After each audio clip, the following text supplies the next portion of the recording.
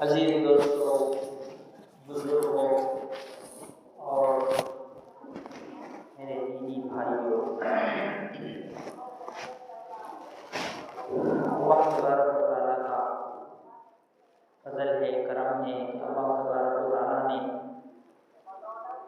कायनात का जो भी सिस्टम है वो अल्लाह ताला ने सिर्फ और सिर्फ हमारे फायदे के लिए पैदा किया है। यानी कायनात के अंदर जितनी भी चीज़ों को, जितनी भी तब्दीलियों को हम अपनी आँखों से देख रहे हैं और अपनी ज़िंदगी में भी हम तब्दीलियां देख रहे हैं। यानी एक तो बाहर की तब्दीली है जो दिन की शक्ल में, जो कभी रात की शक्ल में, कभी सूरज की शक्ल में, कभी चांद की शक्ल में, कभी महीने की शक्ल में, कभी हफ्ते की शक्ल में, कभी साल की शक्ल में, कभी सितारों की शक्ल में तब्दीलियां हम देख रहे हैं। बाहर की तब्दीली एक तब्दीली हमारे अपने अंदर की है। इंसान भी तब्दील होते रहता है, इंसान भी बदलते रहता है। पैदा हुआ, बचपन की हालत थी, कुछ समझ में नहीं आता था, अच्छा क्या है, बुरा क्या है, क्या चीज़ खाना चाहिए, क्या चीज़ नहीं खाना चाहिए, किधर जाना चाहिए, किधर नहीं जाना चाहिए, क्या चीज़ हाथ में लेना चाहिए, क्या चीज़ नहीं लेना चाहिए, क्या चीज़ पकड़ना चाहिए, क्या चीज़ नहीं पकड़ना चाहिए, कौन सा नुकसान पहुंचाने वाला है, कौन सी चीज़ फायदा पहुंचाने वाला है, ये कुछ भी मालूम नहीं था। बचपन में हमारे माँ बाप ने हमें सिखाया है कि ये चीज़ तुमको नुकसान पहुंचाता है, सांप ये नुकसान पहुंचाने वाली चीज़ है, लिहाजा तुम सांप को हाथ मत लगाना और जहां सांप दिखे उससे दूर रहना। तो जब माँ बाप उसको समझाते हैं तो बच्चा होशियार हो जाता है और मौत वसीयत को याद रखता है कि ये बहुत बुरी चीज़ है, अगर इसके करीब मैं जाऊंगा तो मुझे ढस लेगा और मैं मर जाऊंगा। माँ बाप की बात बच्चा सुनता है। माँ बाप बताते हैं कि आग के करीब ना जाना, आग में हाथ डालोगे तो तुम्हारा हाथ जल जाएगा। तो उसका नतीजा ये होता है कि आदमी कब्र के गड्ढे में पहुंचने तक आग से बचते रहता है और कभी जो है गफलत में भी आग की तरफ नहीं बढ़ता। माँ बाप समझाते हैं तो बच्चा समझता है और अच्छी बुरी चीज की पहचान करता है। बच्चा पेशाब में खेलता है, माँ बाप समझाते हैं कि बेटा ये पेशाब है, ये गंदगी है, ये अच्छी चीज नहीं है, ये बदबूदार चीज है, इसमें खेलना नहीं चाहिए। बच्चा पैखाने में हाथ मारता है और उसी को मुंह में रखता है तो माँ बाप समझाते हैं कि बेटा ये पैखाना है, ये गंदा है, ये बदबूदार है, इसको हाथ नहीं लगाना चाहिए, इससे दूर रहना चाहिए। तो बच्चा जो है बड़ा होने के बाद और बड़ी उम्र में भी पेशाब और पैखाने से बचता है और लग जाए तो फौरन धोने लगता है। तो ये तब्दीली इंसान की जिंदगी में पहले बचपन की हालत में था, उसके बाद बड़ा हो जाता है, 7 साल का हो गया, 8 साल का हो गया तो उसके अंदर समझबूझ आ जाती है, अच्छी बुरी चीज़ों की समझ उसके अंदर आ जाती है और पहचानने लगता है कि ये चीज़ नुकसान वाली है और ये चीज़ नफ़े वाली है। फिर उसके बाद जवानी में कदम रखता है, फिर उसके बाद शादी हो जाती है, फिर उसके बाद बच्चे हो जाते हैं, फिर आदमी रफ्ता रफ्ता जो पहली हालत थी उस हालत की तरफ लौट कर आता है। पहली हालत यानी बचपन। बचपन कैसा था? यानी बचपन की जो हालत है वो कमज़ोर हालत है। बचपन में जैसे बच्चे को सहारा देने की ज़रूरत पड़ती है, उसको चलाने की ज़रूरत पड़ती है, उसको उठाने की ज़रूरत पड़ती है, उसको बिठाने की ज़रूरत पड़ती है, उसको चलाने की ज़रूरत पड़ती है, सहारे की ज़रूरत पड़ती है, उसको धुलाना पड़ता है, उसको नहलाना पड़ता है, उसको कपड़े पहनाना पड़ता है। ऐसे ही जब आदमी बहुत बूढ़ा हो जाता है तो फिर वही बचपन लौट कर आ जाती है कि आदमी बिल्कुल कमज़ोर हो जाता है, न चल सकता है, न बैठ सकता है, न उठ सकता है, न नहा सकता है और न खा सकता है। खिलाना पड़ता है, जैसे बच्चे को खिलाया जाता है, दूध पिलाया जाता है। तो इंसान के अंदर भी तब्दीली आ रही है और दुनिया में भी हम तब्दीली देख रहे हैं। बाहर की तब्दीली, दिन की तब्दीली, रात की तब्दीली, महीने की तब्दीली, हफ्ते की तब्दीली, सालों की तब्दीलियां, बदलते हुए साल हम देख रहे हैं और उसी को लोग जश्न के तौर पर मनाते हैं। जश्न, साल जो है,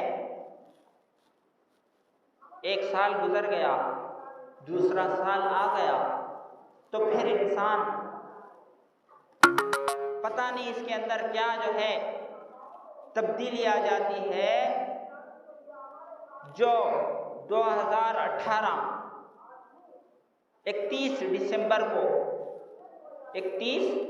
दिसंबर को 2018 11:59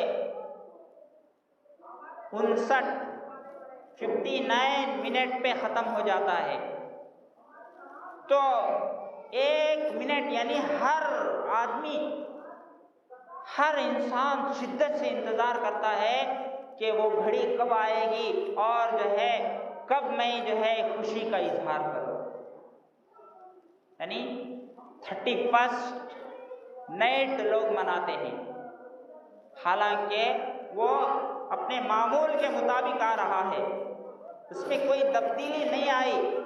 जब से अल्लाह तबारक व तआला ने दुनिया को बनाया है उस वक्त से साल आते जा रहे हैं, उस वक्त से हफ्ते आते जा रहे हैं, महीने आते जा रहे हैं, उसमें कोई तब्दीली नहीं हो रही है। लेकिन इंसान जो है खामखा 31st नाइट को जैसे ही 11 बज कर के 59 मिनट हो जाता है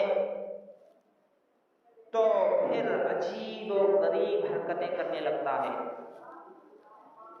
अजीब व गरीब हरकतें इंसान करने लगता है, अपने आप को खो जाता है, अपने हवास को खो जाता है, अपने होश को खो जाता है और अपने आप को भूल जाता है मैं क्या हूँ, मुझे क्या करना चाहिए। तो न्यू ईयर के नाम पर बहुत सारे लोग खुशियाँ मनाते हैं, हैप्पी न्यू ईयर। क्या ये इस्लाम में जायज़ है? क्या ये अल्लाह का हुक्म है? क्या ये हमारे नबी ने बताया है कि तुम न्यू ईयर बनाओ और एक दूसरे को हैप्पी न्यू ईयर कह करके मुबारकबादी दो, खुशखबरी दो, केक काटो और बाम्बुलू जलाओ और ग्रीटिंग कार्ड दे दो और अपने दोस्तों को मोबाइल के ज़रिए से SMS करो? क्या हमारे नबी ने ये सिखाया? क्या इस्लाम उसकी इजाज़त देता है? क्या सहाबा ने ऐसा किया है? हालांकि हिंदुस्तान यानी एक तो इस्लाम आके 1400 साल हो गए और हिंदुस्तान में इस्लाम जो है वो बाद में आया, तो हिंदुस्तान के अंदर 1000 साल के ऊपर 1200 साल तक मुसलमान यहाँ हुकूमत करे, कहाँ हिंदुस्तान में। लेकिन कोई भी हुक्मरान, कोई भी हुकूमत करने वाला ये न्यू ईयर नहीं बनाया, हैप्पी न्यू ईयर नहीं मनाया। आप साबित ही नहीं कर सकते। बड़े बड़े बादशाह गुजरे हैं, औरंगज़ेब आलमगीर रहमतुल्लाहि अलैह और मुग़ल ख़ानदान के जो मुग़ल बादशाह है, निज़ाम सरकार जो निज़ाम बादशाह है, बड़े बड़े जो है बादशाह लोग, सुल्तान शमशुद्दीन अल्तमस रहमतुल्लाहि अलैह, बड़े बड़े बादशाह गुजरे हैं, लेकिन उन्होंने कभी भी हैप्पी न्यू ईयर नहीं मनाया। और हिंदुस्तान में इतनी बड़े बड़े इमारतें उन्होंने बनाई है कि सारी दुनिया से लोग उसको देखने के लिए आते हैं। यानी हिंदुस्तान के लिए एक पहचान उन्होंने वो छोड़ कर गए बादशाह लोग, जैसे लाल किला है, ताजमहल है, गोल गुंबज है और तुम्हारे हैदराबाद में गोलकोंडा किला है, चार मीनार है, कुतुब मीनार है और बहुत सारी चीज़ें मुसलमान बादशाह लोग निशानी के तौर पर इस मुल्क में छोड़ कर गए, लेकिन उन्होंने कभी हैप्पी न्यू ईयर नहीं मनाया। वो मना सकते, उनके पास दौलत थी, उनके पास माल था, उनके पास ऐश और आराम की सारी चीजें थी, वो भी तुमसे अच्छा बांबुलू फोड़ सकते थे, वो भी तुमसे ज्यादा शराब के दुकान लगा सकते थे, वो भी तुमसे ज्यादा जो है नाच महफिल का माहौल कायम कर सकते थे, लेकिन उन्होंने वैसा नहीं किया। क्यों? अल्लाह का हुक्म नहीं है। अल्लाह का हुक्म नहीं है कि जो है तुम हैप्पी न्यू ईयर मनाओ, तुम जो है हैप्पी न्यू ईयर के नाम पर गुनाह करो, नाचो, गाने गाओ और अपने कमर को हिलाओ, अपने जिस्म को हिलाओ और अपना जो है जानवर जैसा सलूक करके दिखाओ। आज मुसलमान हैप्पी न्यू ईयर बहुत शान के साथ मनाता है, फख्र समझता है, फख्र के तौर पर हैप्पी न्यू ईयर कहता है। और बहुत सारे मुसलमान तो पहले से केक का ऑर्डर देके रखे हैं, यानी 31 से पहले ही 8 दिन पहले ही केक का ऑर्डर दिए हैं कि हमको इतना बड़ा केक दे दो, कि इतना बड़ा केक विनुकोंडा में कोई भी नहीं काटना, पेपर में हमारा नाम ही छाना, तेलुगु पेपर में हमारा नाम आना, ऐसे टाइप का केक बनाओ। क्या मुसलमान केक नहीं खरीदता है? क्या मुसलमान ग्रीटिंग कार्ड खरीद के नहीं ला रहा है दुकान से? क्या मुसलमान हैप्पी न्यू ईयर के नाम से दुकानों से गिफ्ट खरीद के नहीं ला रहा है? अपने बच्चों को नहीं दे रहा है, अपने बच्चों को नहीं सिखा रहा है कि हैप्पी न्यू ईयर मनाना चाहिए।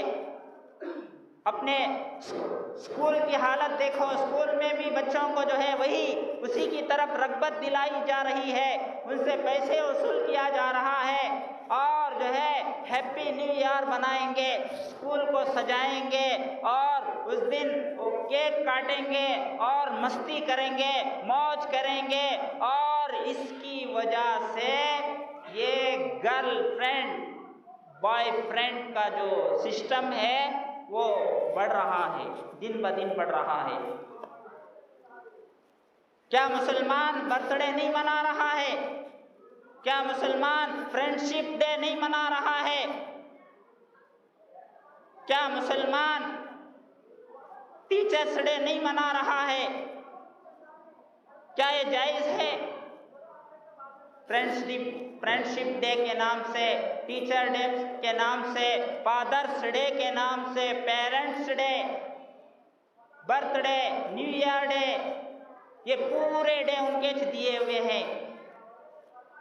टीचर्स डे मनाते हैं लेकिन टीचरों का अदब नहीं, टीचर को जो चाहे बोल दो, टीचर को के साथ जो चाहे करो।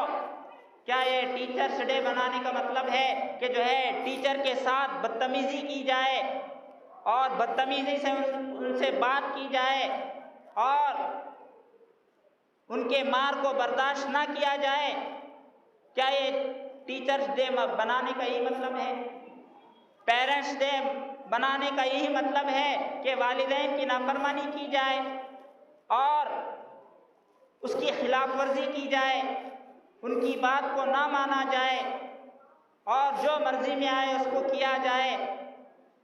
तो आज सिर्फ वुमेन्स डे भी मनाते हैं लोग, औरतों का दिन।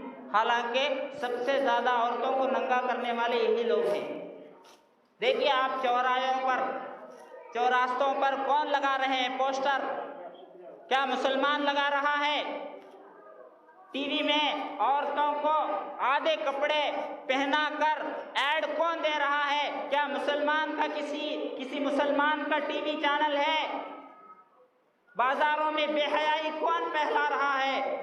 कौन जिना को फैला रहा है? शराब को कौन फैला रहा है? ये सब मगरिबी तहजीब है जो हमको गुनाहों में फंसाना चाहते हैं, हमको अल्लाह के हुक्म के खिलाफ गलत रास्ते पर ले जाना चाहते हैं, लेकिन मुसलमान उसको नहीं पहचान रहा है।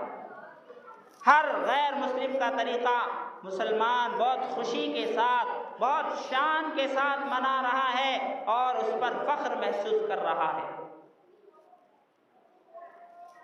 तो ये friendship day, teachers day, lovers day, Valentine day, ये सब किसके दिए हुए हैं? उन्हीं के दिए हुए हैं। वुमेन्स डे मनाते हैं और जब ये औरतों को बाहर निकाले कि ये औरतें भी जो है मर्दों के बराबर है, ये पीछे नहीं रहना चाहिए, ये बाहर आना चाहिए, और उनका मकसद ये है कि जो है हम जब अपने काम पर रहेंगे तो हम औरतों को नहीं देख सकते। हम काम पर रहेंगे, जॉब पर रहेंगे तो हम औरतों से दूर हो जाएंगे। अब ये उनको बर्दाश्त नहीं हुआ, इसलिए जो है उन्होंने एक नारा लगाया कि जो है औरतों को आज़ादी देना चाहिए, औरतें भी मर्दों के बराबर है, लिहाजा ये भी जॉब करना चाहिए। तो जॉब के नाम पर उनको बाहर निकाला और ऑफिस में जब तक वो रहे उससे मज़ा लेते रहे, उसको देख करके, उससे बात करके, और जो भी जिस तरह से भी औरत से लज्जत हासिल कर सकता है करने के लिए उस नाम पर आज़ादी, औरतों की आज़ादी के नाम पर इन्होंने औरतों को बाहर निकाला है। और सबसे ज़्यादा कम तनख्वाह औरतों को देते हैं मर्दों के मुकाबले में। अगर वाकई औरत की तुम्हारे पास कदर और कीमत है तो फिर मर्दों से ज़्यादा उसको तनख्वाह दो, इसलिए कि तुम ही कह रहे हो कि लोग यानी मुसलमान जो है औरतों के साथ जुल्म कर रहा है, तो तुम कहते हो कि हम औरतों को बराबरी का हुकूक दे रहे हैं, तो फिर औरतों को ज़्यादा तनख्वाह दो। नहीं, मर्दों को ज़्यादा तनख्वाह देंगे और औरतों को कम तनख्वाह पर नौकरी पे रखेंगे और बोलेंगे वुमेन्स डे मना रहे हैं हम। क्या ये समझ में आता है? तो ये जो न्यू ईयर मनाते हैं ये बिल्कुल शरीयत के खिलाफ है। इस्लाम में इसकी कोई इजाज़त नहीं है। इसलिए जो है उस रात में 31 दिसंबर को चाहिए कि हम हर तरह के खुराफात से बचें। वो रात में 17 अरब डॉलर एक जो है एक तहकीक के मुताबिक एक अंदाज़ा लगाया गया है, उसमें जो है 17 अरब डॉलर 5 मिनट के अंदर शराब पी जाती है पूरी दुनिया में। 17 अरब डॉलर रुपए खर्च किए जाते हैं 31 को, और 31 के दिन 600 अरब डॉलर डीजे पर खर्च किया जाता है, म्यूजिक पर खर्च किया जाता है, नाचने पर खर्च किया जाता है, डांस पर खर्च किया जाता है। लेकिन पैसे कहाँ खर्च करना चाहिए, कहाँ लगाना चाहिए उसका एहसास नहीं है। कितने जो है वहाँ रेलवे स्टेशन के पास जाकर देखो, कितने जो है लोग तड़प रहे होते हैं और बिलख रहे होते हैं। तुम न्यू ईयर के नाम पर बाम्बुलू जलाते हो, तुम शराब पीते हो, न्यू ईयर के नाम पर जो है कार्ड बांटते हो, न्यू ईयर के नाम पर केक काटते हो, न्यू ईयर के नाम पर जिना करते हो, न्यू ईयर के नाम पर गर्लफ्रेंड के साथ घूमते हो। उनको देखो बेचारे, वो एक एक को दाने के लिए तरस रहे हैं, उनके पास कपड़ा नहीं है, उनके पास सोने के लिए चादर नहीं है, उनके पास घर नहीं है, उनके पास खाना नहीं है, बिलख रहे हैं। काश उनके ऊपर वो माल खर्च किया जाता तो उनकी दुआ मिलती। हॉस्पिटलों के अंदर जाइए, वहाँ दवा के लिए लोग तरस रहे हैं और बीमारी का इलाज करने के लिए उनके पास पैसा नहीं है और बिलख रहे हैं, रो रहे हैं कि हमें कोई जो है हमारा इलाज कराए, हमारे दवाओं का पैसा दे दे। अगर वो पैसे वहाँ खर्च किए जाते तो उनकी दुआ मिलती। वहाँ खर्च नहीं करेंगे, गरीबों में खर्च नहीं करेंगे, माल को उड़ाएंगे, मौज करेंगे, मस्ती करेंगे। और याद रखो, अल्लाह तबारक व तआला माल दिया है, जवानी दिया है, जिंदगी दिया है, तो इसके बारे में ज़रूर पूछेगा। आज देखो कितने मुसलमान डांस, अपने शादी में डांस रख रहा है, डीजे रख रहा है, छिनालों को बुला रहा है, छिनालों के ऊपर 5-5 लाख खर्च कर रहा है। शर्म नहीं आती क्या? इसीलिए तुमको अल्लाह ने माल दिया है कि तुम जो है नौजवानों को शराब पिला करके तुम्हारे शादी में नचाओ और चिनाल को बुलाओ, गंगी नैनी जो है शादी खाने के अंदर वो तुम्हारी शादी हो और सारे मर्द और सारी औरतें जो है तुम्हारी बेहयाई को देखें और जो है वो अपने जहन में ये तसव्वुर बनाए कि हमें भी ऐसी शादी करना चाहिए। मेरे दोस्तों, इसलिए हमें चाहिए कि हम ऐसे कामों से रुक जाए जो शरीयत हमको मना करती है। ये साल यानी नया साल शुरू हो रहा है तो आदमी अपना हिसाब ले, आदमी अपना हिसाब ले कि मैं जो है गुज़िश्ता साल कितना अच्छा था, गुज़िश्ता साल मुझे क्या करना चाहिए था, क्या नहीं करना चाहिए था। गुज़िश्ता साल मैंने माँ बाप को बहुत सताया है, आइंदा साल यानी ये नया साल आ रहा है तो मैं अब से ये इरादा करूँगा कि मैं कभी माँ बाप को नहीं सताऊँगा। गुज़िश्ता साल मैं बेनमाजी था तो ये साल नया साल आ रहा है, फिर मुझे जो है आइंदा साल ज़िंदगी मिलेगी या नहीं मिलेगी, मैं आज से नमाजी बन जाऊँगा। गुज़िश्ता साल मैं झूठ बोलता था, इस साल झूठ नहीं बोलूँगा।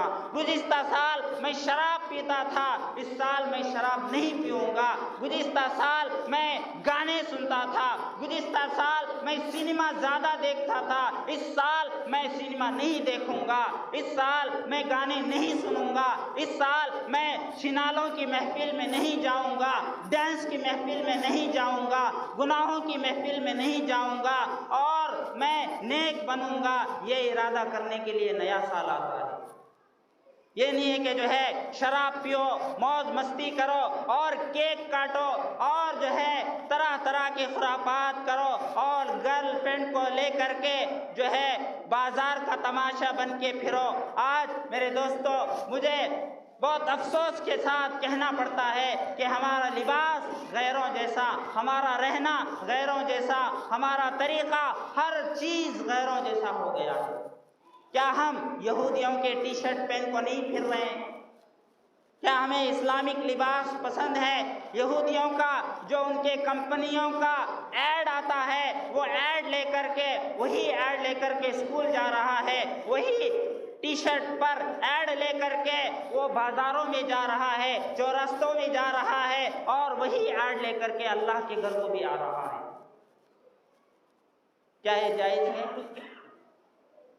और ऐसे ऐसे कपड़े यानी जीन्स पैंट ऐसा निकल गया है कि वो बिल्कुल कमर के ऊपर तक आता ही नहीं, कमर के नीचे ही रहता है।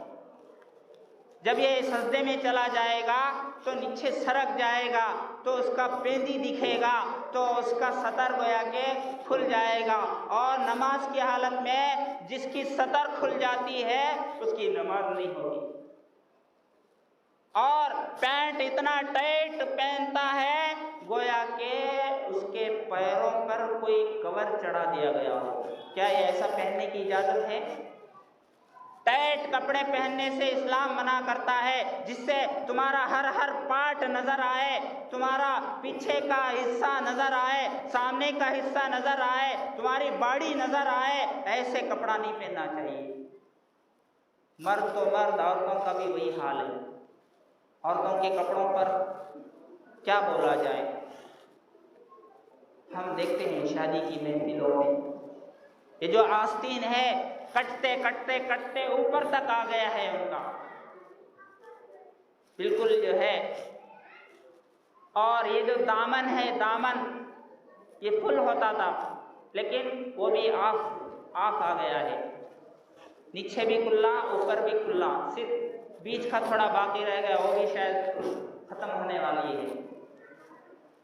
और औरतें ऐसा बिल्कुल पतला बारीक लिबास पहन रही है कि देखने में कपड़े पहन रही है लेकिन नंगी है, यानी उसके पार्ट्स उसमें से नजर आ रहे हैं कपड़े के अंदर से।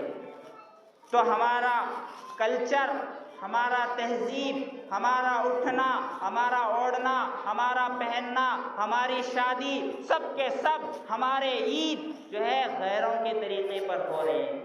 क्या इस्लाम ईद सिखाता है? क्या गैर मुस्लिम कभी जो है रमज़ान ईद मनाया है? कभी गैर मुस्लिम, क्या हम कुर्बानी करते हैं तो हमारी तरह वो कुर्बानी किया है? क्या वो शबे बारात मनाया है? क्या वो शबे कदर मनाते हैं? हमारा कोई तरीक़ा उनको पसंद नहीं है, लेकिन हमको उनका हर तरीक़ा पसंद है। उसके बगैर हम जी नहीं सकते। इसलिए मेरे दोस्तों, ज़रूरी है कि हम गैरों के तमाम तरीक़ों से बचें।